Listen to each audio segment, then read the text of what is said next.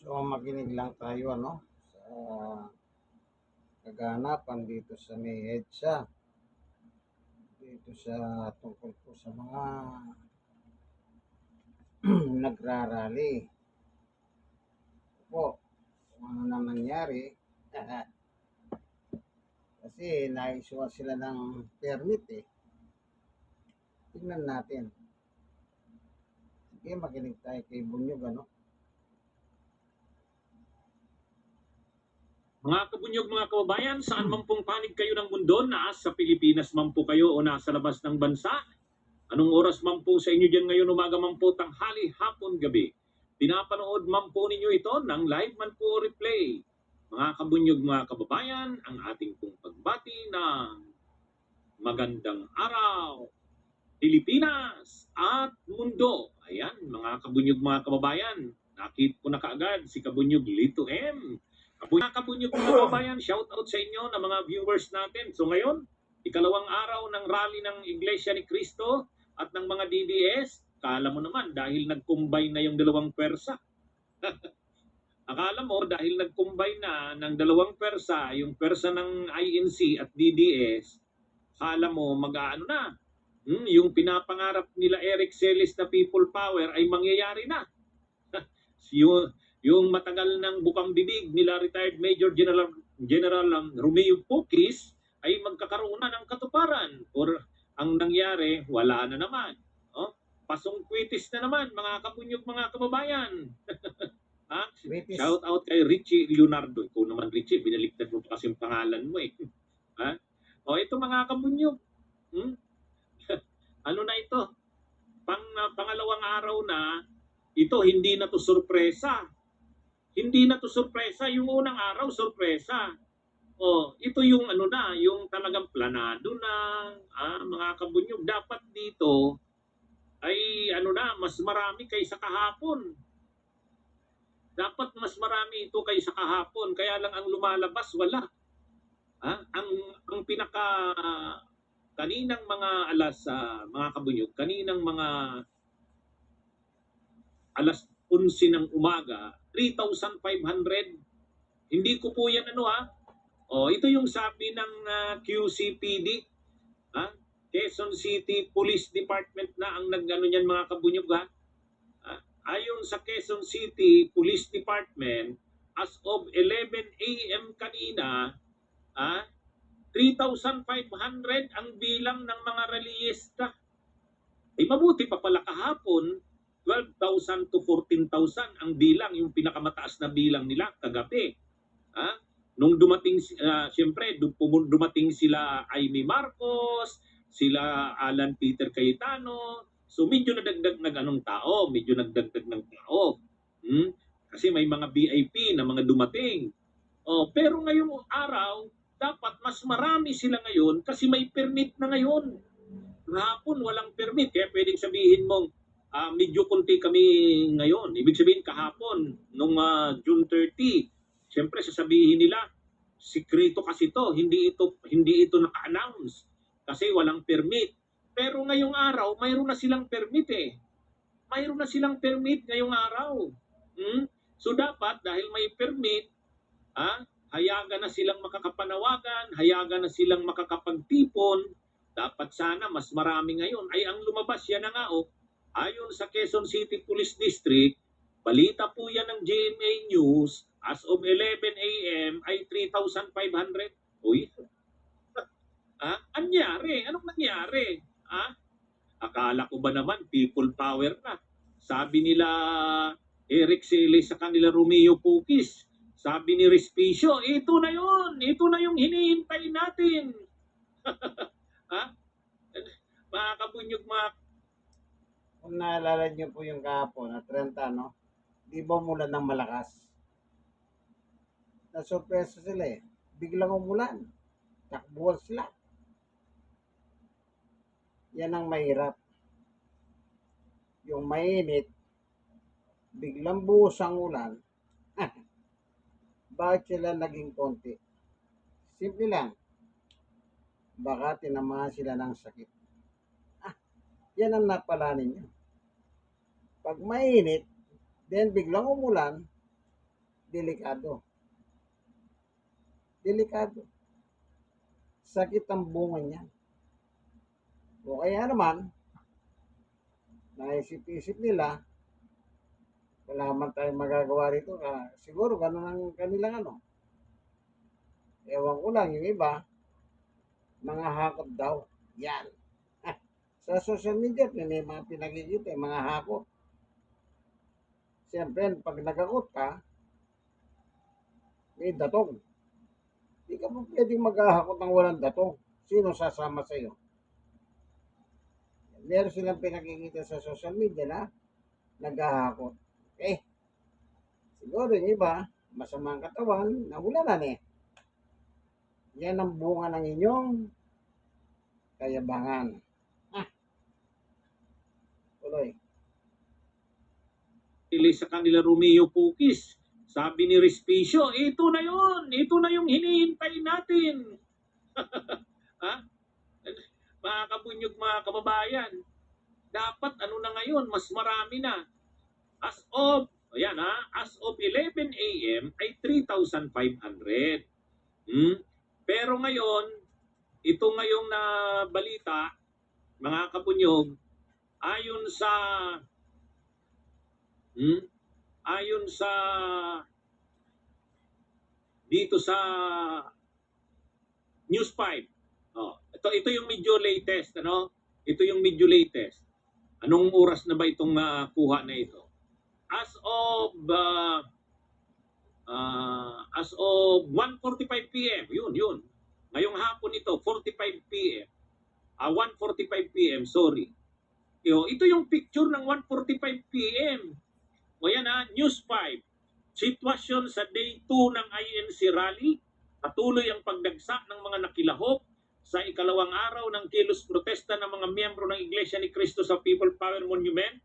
Bandang 1:45 p.m. ngayong Miyerkules, July 1. O kung 1:45, di halos alas 2, alas 4 na ngayon, hindi naman yan biglang dadami sa loob lang ng 2 oras. So, yung picture nakikita nyo, mga kabunyog, yan yung 1:45 p.m.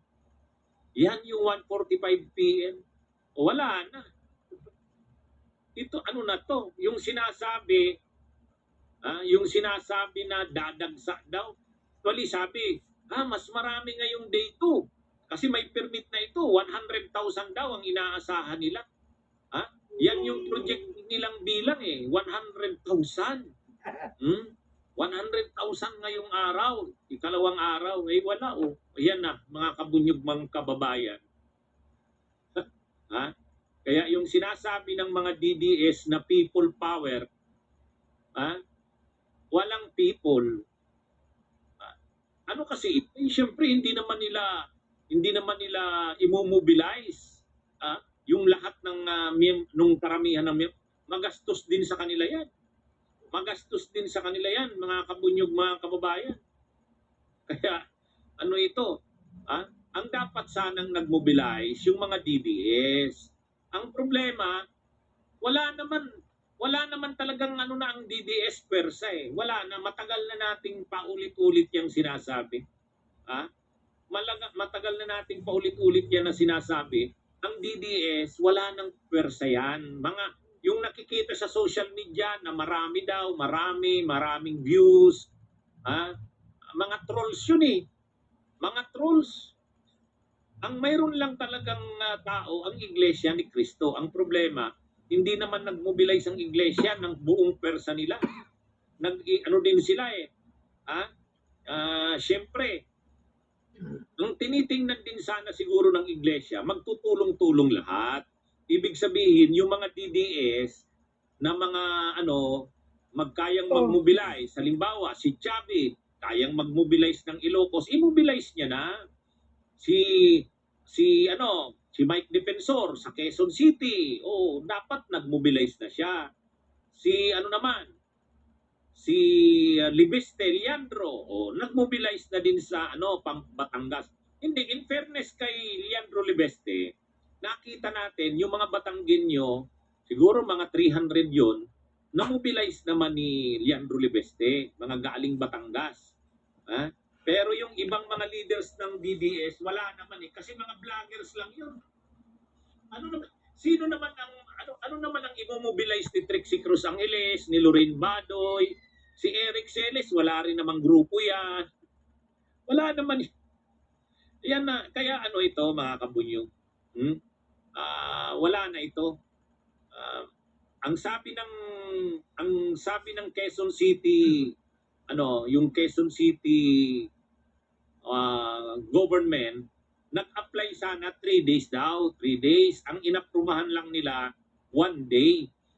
Ngayong araw hanggang lang 8 p.m. Hanggang lang 8 p.m.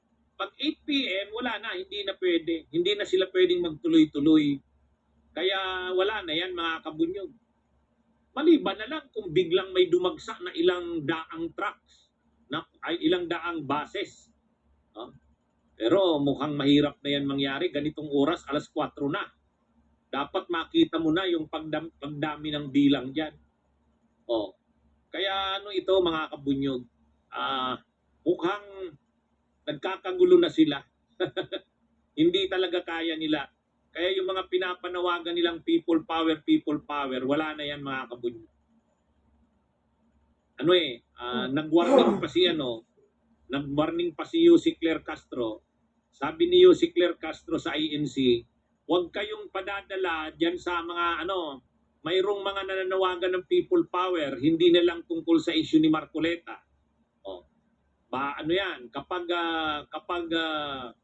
yan ang nangibabaw sa rally na yan, destabilisasyon na yan. Kaya medyo ito mga kabunyog, mga kababayan, wala na. Mahirapan na itong rally na ito. Yan na yung inabot nila ngayon. Ang kaninang 11 a.m., estimate ng mga autoridad, 3-5. Ngayon, wala rin. Ganun din. Mag-aalas 4 na, wala pa. Kukunti talaga.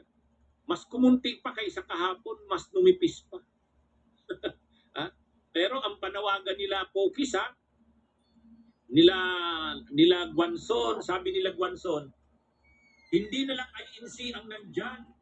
Nandyan na yung mga Roman Catholics, Protestante, Muslim, Nakakatawa naman yun. Mga kabunyog, ganun yung sabi.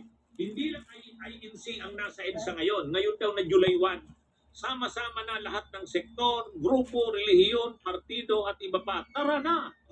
Sabi ni retired Major General Romeo Pukis. Ganun din ang sabi ni Guanzon. Sabi ni Rowena Guanzon, hindi na lang INC ang nandyan. Wow!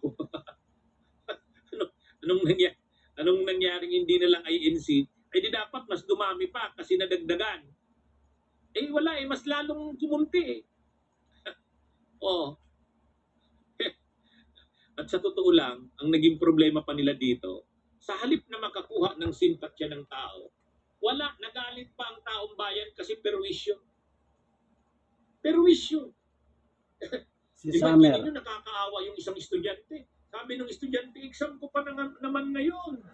Diba? Tapos yung isang rider, may delivery siguro siya. Nagmamadali siya, lumulusot siya doon sa nagrarally. Nakamotor lang naman siya. Dinumog pa ng mga rallyista, tapos kinuha yung motor niya, yung susi ng motor. Grabe mga kabunyog, talagang perwisyo. Kaya, kukunti na nga kayo, tapos hindi pa kayo nakakuha ng simpatya ng mga tao, ang tingin pa sa inyo, perwisyo. Yan ang problema nito. Yan ang problema ng rally na yan, ng mga DDS at Iglesia ni Cristo. Kaya, yung sinasabi nilang malawakan daw ang suporta sa kanilang ng mga tao, wala. So ito, actually umaasa sila. Ito, sinabi mismo yan ni Leandro Libeste, Congressman Leandro Libeste. Sabi niya, ang inaasahan daw nila, may maraming mga grupo ang darating pa ngayong araw. Mukhang pinaasa lang si Leandro Libeste. Ang inaasahan niya daw, ngayong araw, day 2, July 1, mas marami, kaya 100,000 ang inaasahan nila Dahil may permit na, kumbaga, maluwag na silang makakapagtipon, hindi na sila gigipitin kasi may permit na. Ito yung sabi ni Leandro Libeste, mga kabunyo. SMNI ito ha. Huwag niyong sabihin na nagpi-fake news tayo. Sabi dito, SMNI News Online, panoorin. Kinumpirma ni Congressman Leandro Libeste na inaasahan pa ang pagdating ng iba pang grupo sa EDSA People Power Monument sa EDSA White Plains, Quezon City upang makiisa sa kilos protesta. Ayon sa kongresista, sinamahan niya ang 500 individual mula sa Batangas na nagtungo sa nasabing lugar. Hinihikayat ni Libeste ang kanyang mga kapwa kongresista na bisitahin ang mga nagpoprotesta dahil aniya, marami sa mga ito ay kanilang mga constituent mula sa iba't ibang mga rehiyon na nananawagan ng hustisya. In fairness dito kay Leandro Libeste, ito lang yung nakita ko na hindi INC na nagmobilize ng tao niya. Ha? Si Chavit Singson nagpalugaw lang eh. Si Chavit Singson nagpalugaw. Ang daming basis ni Chavit Singson. Ha? Hindi naman naghakot ng tao galing ng Ilocos. Di ba? Si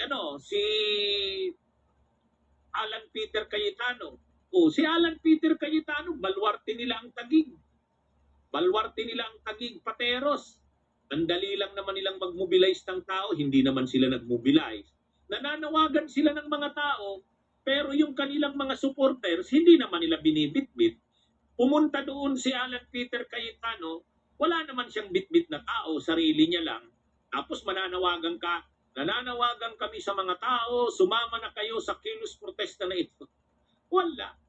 Kaya sabi nga dito, sabi ni Congressman Leandro Libeste, inaasahan namin na marami pang grupo ang darating. Wala namang dumating. Itong si Leandro Libeste, saludo ako dito. Saludo ako dito kay Leandro Libeste kasi nagdala talaga ng tao kahit 500 man lang galing ng Batangas. Pinatulog pa nga doon sa liwasan, di ba? Yung mga natulog doon sa liwasan na may mga tent sila, may mga tent sila doon. May mga kay Leandro Libeste yun eh. Pero yung ibang mga pro Duterte, halimbawa, si Chavit Singson, ilan ang bases niya ng partas? Yung partas, kanya yun. Kayang-kaya niya naman na mag-mobilize galing ng Ilocos. Kung talagang tutuhanan na people power na, sige na mag-mobilize na tayo ng mga tao. Wala.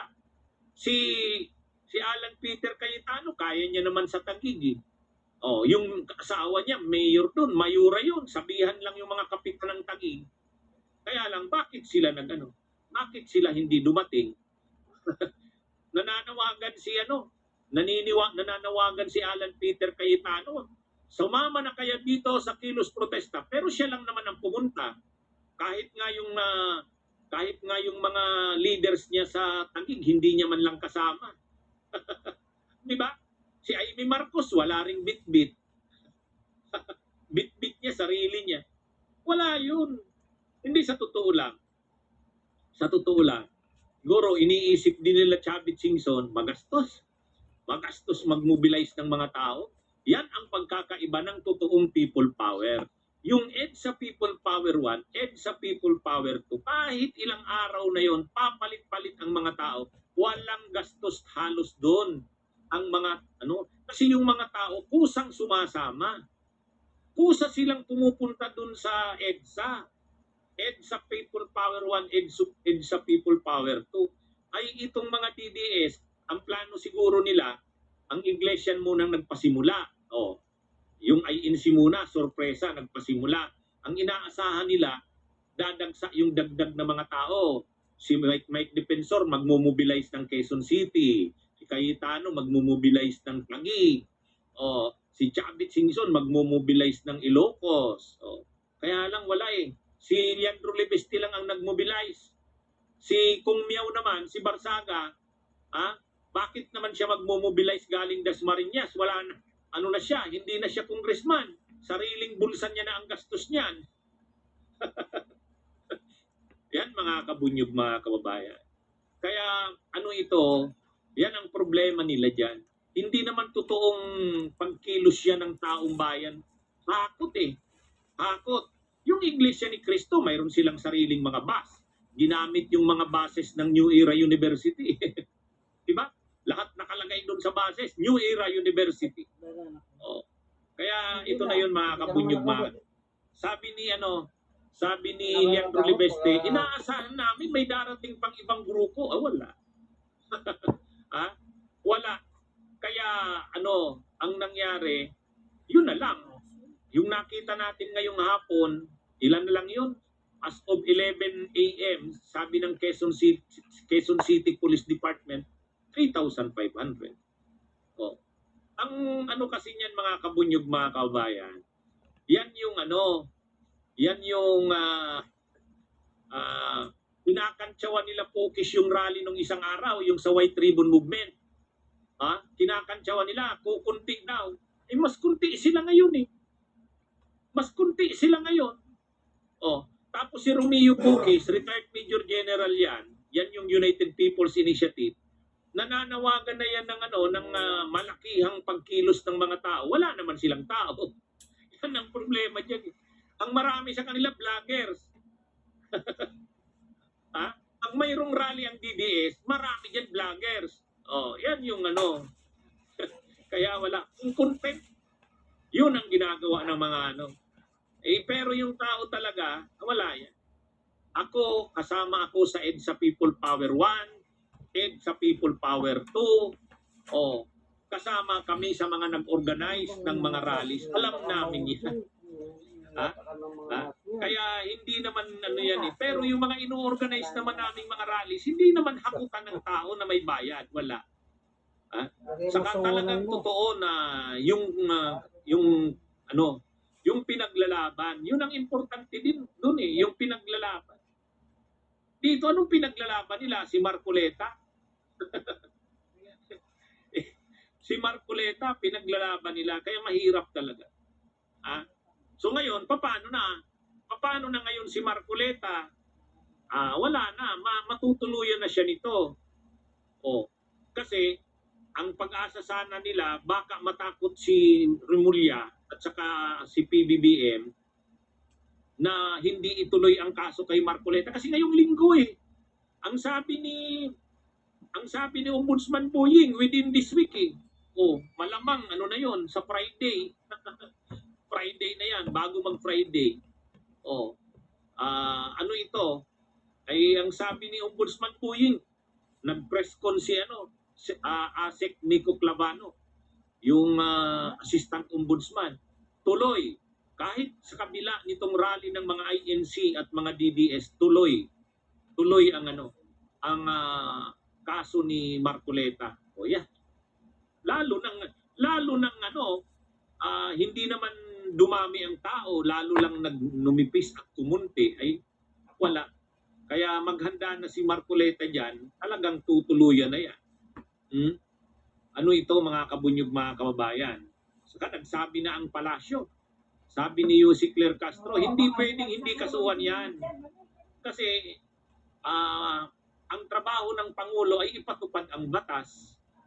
Kung hindi na kayang ipatupad ang batas, dahil senador yan, dahil kabilang yan sa ma-impluensyang sekta ng relihiyon, ay wala na. Di ba? Mga kabunyog mga kababayan. Kaya, ito? To si Marcoleta? Paano na kaya siya niyan? May isa pang pangyayari dyan, nakalimutan dyan yung liwasan.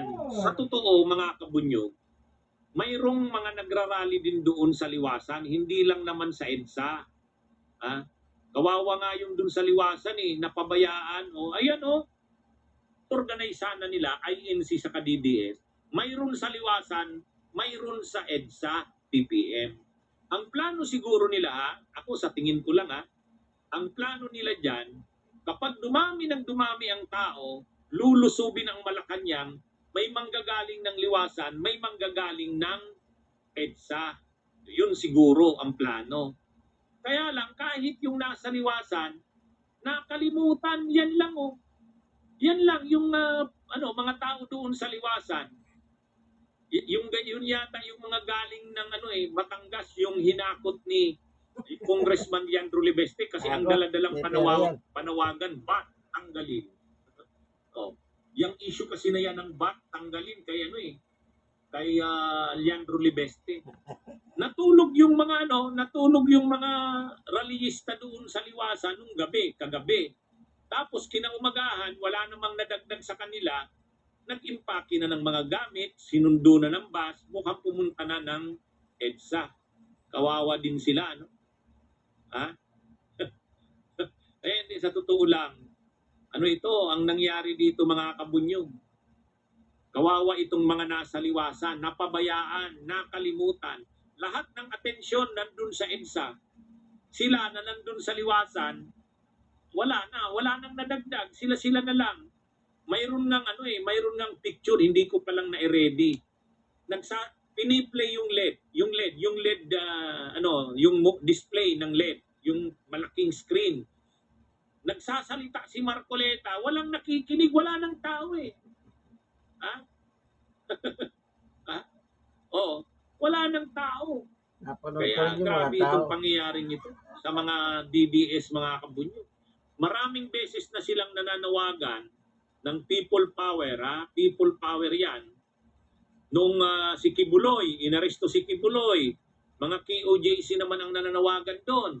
Oh. Tapos naman, nung inaresto si Duterte, hindi pa pala. Nung pinatawag yung mga, sila Zuleika Lopez doon sa kamera, tapos nagka-high blood na sila dahil sa pagtatanong doon sa kamera. Nagnawagan din sila ng people power noon, suportahan si Sara. Saka sila Zuleika. Wala ring tao. Wala na namang tao. Nung inaresto si Duterte, isang araw pagkatapos arestuhin si Duterte, nanawagan na naman sila ng people power doon sa Liwasan. Wala na naman. Wala. Ito na yung kanilang ito sana yung inaasahan nila na inaapi si Marcoleta, so dadami ang kanilang mga magsisimpatya. Ang inaasahan nila, dadami ang magsisimpatya. Makakakuha sila ng malaking simpatya kasi si Marcoleta ay aarestuhin na. Yun ang inaasahan nila. Yun sana yung inaasahan nila. Ang problema, hindi. Wala rin. Sa Liwasan, yung mga tao lang yung mga hinakot lang ni Leandro Libeste ang nandun. Doon na rin natulog kagabi. May mga may mga tent. Kaya lang, wala naman. Kukunti yung nandun sa Liwasan. Siguro 300 lang yun o 100, 200. Yan ang mga nangyari sa rally ng DDS at INC nitong nakaraang 2 araw. Sige, hanggang dito na lamang ang ating video, Wala nang naniniwala na wala kung hindi pa sila magagot, walang tao talaga. Kita nyo, yung Gilibis nila sa 300 daw, pero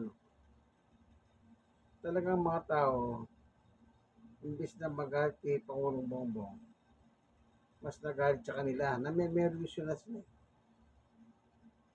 Terwis yung mga tao yan, kampo ni Satanas. Yan ang gusto ni Satanas Sa one this, sabi ni Jesus, naparito si Satanas upang manggulo. Magwasak. Yan ang ginagawa nila. Kung gusto nila, mawasak si Bongbong. Pero hindi ba nila alam, si Bongbong ang naglagay dyan, ang Diyos sa pamagitan ng eleksyon. Roma 13:1 hanggang 5. Ang pamahalang umiiral ang nagtatagay ang Diyos. Amen? God is good all the time. Kaya hindi nila mabubuwag yan Kasi hindi naman corrupt si Bongbong Hindi corrupt. Hindi siya involved sa pera. Wala silang nakita.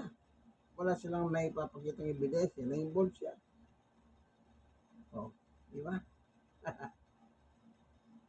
Sige po, hanggang dito na lamang, God bless us all. Lagi po kayong manalangin. Mainit ang panahon. Mainit ang politika sa ating bansa. God bless us all. Bye.